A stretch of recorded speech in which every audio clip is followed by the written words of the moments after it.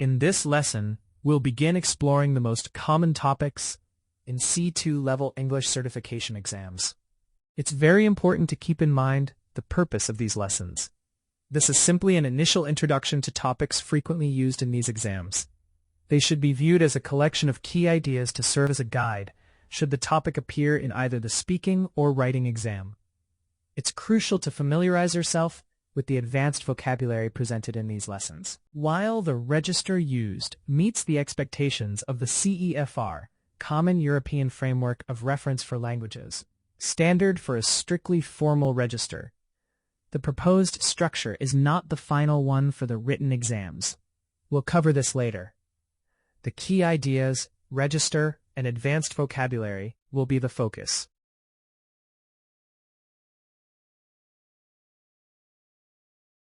As far as I'm concerned, the greatest challenge facing the world nowadays is all around the environment issues. Due to the speed that resources are being depleted, should finding new sources of energy provision be paramount and more reliable with eco-friendly trends?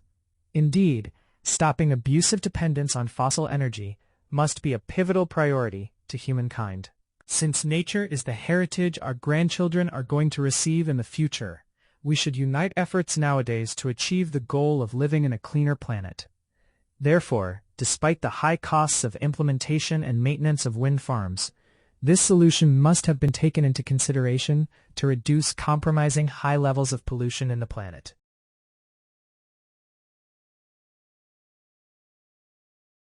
There is a news article that discusses the profound shift from traditional, face-to-face schooling to online education. Historically, gaining qualifications meant paying fees and physically sitting in a classroom. However, the online learning revolution has drastically changed this model. While online learning lacks traditional classroom features, it successfully compensates through increased flexibility and affordability.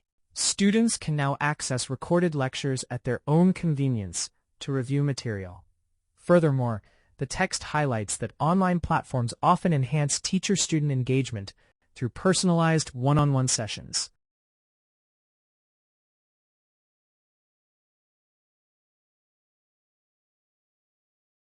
This ensures individual student attention and highly customized training. Globally, this format has gained massive traction, with a survey of 25,000 young people revealing that nearly 78% have previously enrolled in online courses. Regarding the writer's perspective, the tone is distinctly positive and optimistic. The author views online education not as an inferior alternative, but as a flexible, valuable, and highly interactive evolution of modern schooling that may very well represent the future of education.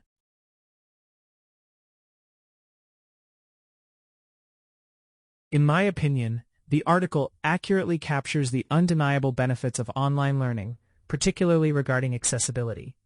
The flexibility to balance studies with work or personal commitments is a massive advantage that traditional institutions simply cannot match. Additionally, removing geographical and financial barriers democratizes education, allowing students from anywhere in the world to access top-tier instruction.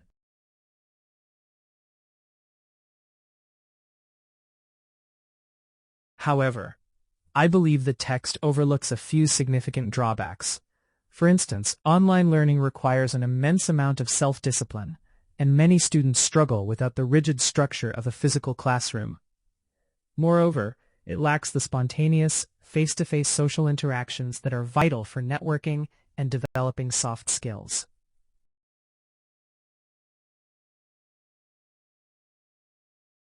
In the foreseeable future, I speculate that online learning will not replace traditional universities entirely, but will instead solidify its place through a hybrid model.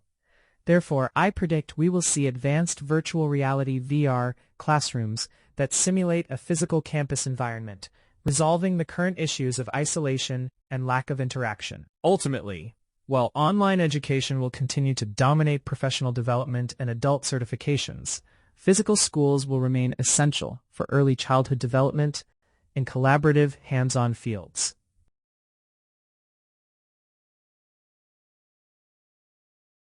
Summary: focus on practical skills, shorter duration, lower cost, and lack of unrelated general education classes. Writer's perspective. The author strongly favors vocational training, presenting it as a highly efficient alternative to university degrees. I recently read an interesting article outlining the main benefits of vocational training. The author points out that these programs focus strictly on the specific knowledge and hands-on skills needed for a particular job.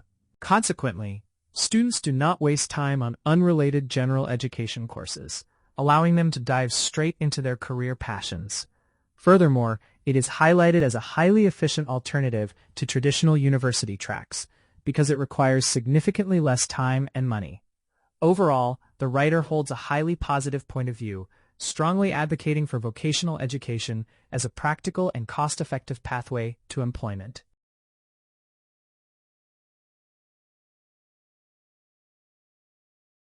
While vocational training offers clear benefits, several critical issues surround it today. The most prominent challenge is social perception. In many cultures, vocational routes are unfortunately stigmatized as secondary options compared to university degrees. Additionally, with the rapid pace of technological change, institutions struggle to keep their curricula updated with the latest industry standards. In the foreseeable future, I speculate that this dynamic will change dramatically, as traditional university tuition fees continue to skyrocket, leaving students with substantial debt. Vocational education will likely see a massive surge in demand. Therefore, I predict that corporate vocational partnerships will become the norm, where companies directly fund targeted training programs to fill immediate labor shortages.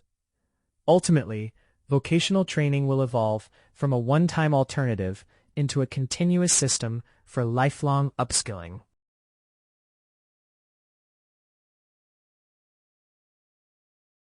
Nowadays, remote working has become much more common, and many people prefer it because it offers flexibility and saves commuting time. However, although working from home has several advantages, it also presents some important challenges. In my opinion, one of the biggest difficulties is having the willpower to avoid distractions at home. When people work in an office, the environment is usually more professional and helps them stay focused. At home, however, there are many distractions, such as television, social media, household chores, or even family members interrupting during working hours.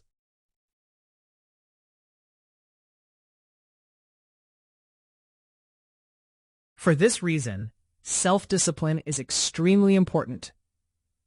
People need to stay organized and motivated in order to remain productive. I think remote working is not suitable for everyone, because some individuals find it difficult to concentrate without supervision. Another key aspect is separating the working space from the living space.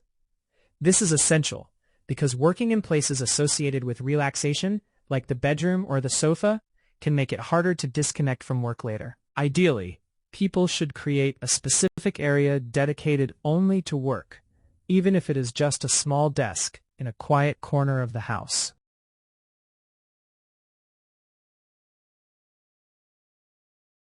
In addition, setting a clear working schedule is very important. One problem with remote work is that many people end up working longer hours since there is no clear boundary between professional and personal life. As a result, they may feel stressed or exhausted. That is why workers should establish fixed starting and finishing times and include regular breaks during the day. Short breaks can help improve concentration and reduce stress. For example, going for a short walk, stretching, or simply resting your eyes from the screen can make a big difference. Despite these challenges, remote working also has many benefits. It allows people to save time and money, and it can improve work-life balance if managed properly. In conclusion, I believe remote work can be very positive, but success depends on discipline, organization, and maintaining healthy routines.